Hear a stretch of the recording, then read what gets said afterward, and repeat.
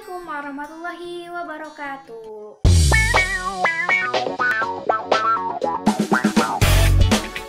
Semangat pagi teman-teman. Selamat siang, selamat sore, selamat malam, selamat pagi untuk teman-teman semuanya. Semoga selalu dalam keadaan sehat walafiat dan selalu diberi keberkahan oleh Allah Subhanahu wa taala. Amin ya Allah ya rabbal alamin. Oke teman-teman, pada kesempatan kali ini saya ingin berbagi tips kepada teman-teman yang mau membeli handphone. Tanpa berlama-lama langsung aja tips yang pertama, yaitu tujuan. Nah, teman-teman harus mempunyai tujuan beli handphone.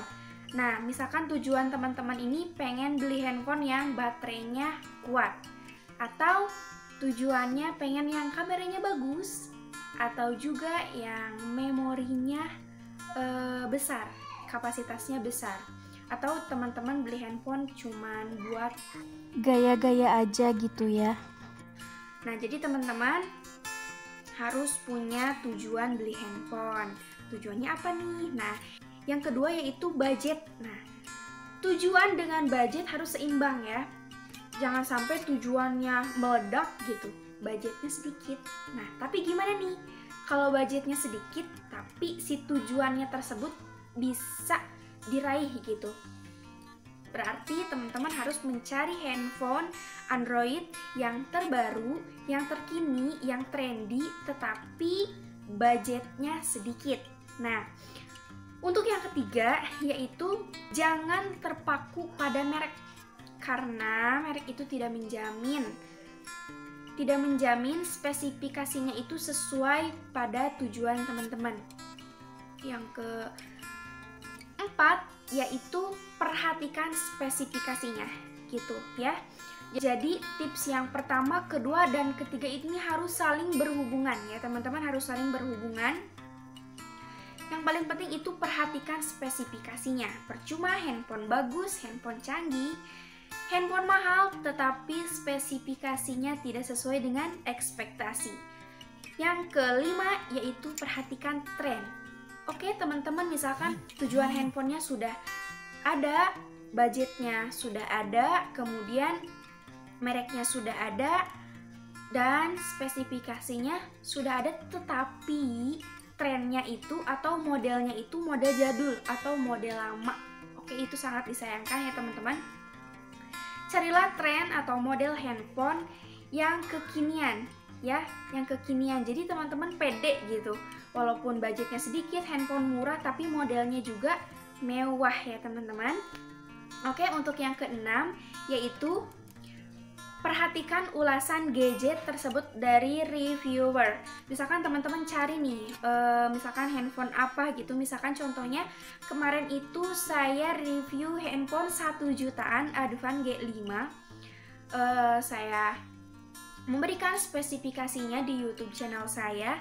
Nah, begitupun teman-teman, misalkan handphone A, teman-teman bisa cari di YouTube review handphone A. Nah, teman-teman bisa lihat kelebihan dan kekurangannya handphone tersebut.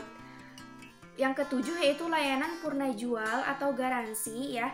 Teman-teman bisa memperhatikan sebelum membeli apakah handphone itu ada garansinya, dan garansinya itu garansi toko atau garansi resmi. Untuk garansi toko biasanya 3 hari atau 1 minggu, dan untuk garansi resmi biasanya 1 tahun ya teman-teman. Oke, untuk selanjutnya yaitu jika teman-teman beli handphonenya itu secara online, teman-teman lihat ratingnya tertinggi atau terendah, usahakan ratingnya tertinggi. Kemudian penjualan handphonenya itu tertinggi atau sedikit, kemudian dari daerah mana. Jika teman-teman ingin mengurangi kerusakan dalam pengiriman ya, bukan dalam pengemasan, tetapi dalam pengiriman, teman-teman bisa membeli di daerah terdekat ya. Misalkan teman-teman posisinya ada di mana, di daerah terdekat. Nah, teman-teman juga sebelum membeli online itu membaca deskripsinya, apakah pengemasannya menggunakan bubble wrap atau tidak. Lebih baik memilih menggunakan bubble wrap, lebih baik membayar harga bubble wrap daripada tidak menggunakan bubble wrap. Karena di toko mungkin kondisi handphone ini aman-aman saja, tetapi kita tidak tahu dalam proses ekspedisi itu bisa saja rusak. Karena dalam proses ekspedisi itu proses pengiriman, proses pengemasan itu akan dipilih sesuai daerah, dan itu prosesnya bisa dilempar atau tertumpuk bahan-bahan keras gitu teman-teman. Jadi bisa diperhatikan kembali deskripsinya, dan sebelum membeli teman-teman harus memastikan ratingnya bagus, kemudian komentarnya bagus. Dan walaupun komentar bagus, tentunya pasti ada komentar negatif di toko tersebut. Oke teman-teman, itu tadi tips-tips membeli handphone dari saya. Kekurangannya saya mohon maaf. Jangan lupa share ke sosial media teman-teman. Semoga bermanfaat untuk teman-teman dan teman-teman yang lain. Sekian dari saya. Wassalamualaikum warahmatullahi wabarakatuh. Like, comment, subscribe.